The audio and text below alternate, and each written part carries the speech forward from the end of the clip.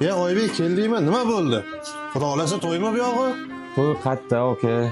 Qizlar adasi oddiy bitta Navoiyga qizimni bermayman deb aytdi. Qo'ying, cho'ktirma. Hali hammasi yaxshi bo'ladi. Kiyimlaringni almashtir, katta zakazimiz bor. Navoiyga qizini bermagan hali nonga zor bo'ladi.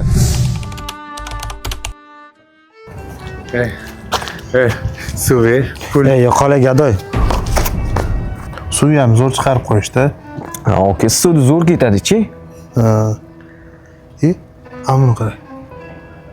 Yotib olgandi. Sizni bo'lsa, Navoiyga qizimni bermayman degan odam shu bo'ladi. Qizini menga bermasa, bitta boyga beradi. U ham narkoman chiqdi. Uy-joy, mashina, hamma narsasini kuyovi sottirib, o'zi ko'chada qolib ketdi. Yetmaganiga aqllana osib qolib, hozir gadoychilik qilib yurgan ekan.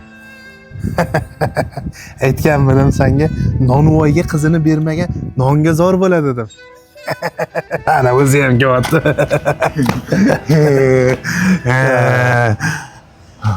To'xta, men buni ham oling. Ha? Mayda ham yo'q ekan. Mana, men pulni oling. O'zingizga nimadir olib olarsiz. Nimaga pul olasiz, aka? Ahvoliga. Aka, kulmang. Boylik sizni uchun berilgan. Olib qo'ymasligiga hech kim kafolat bermaydi.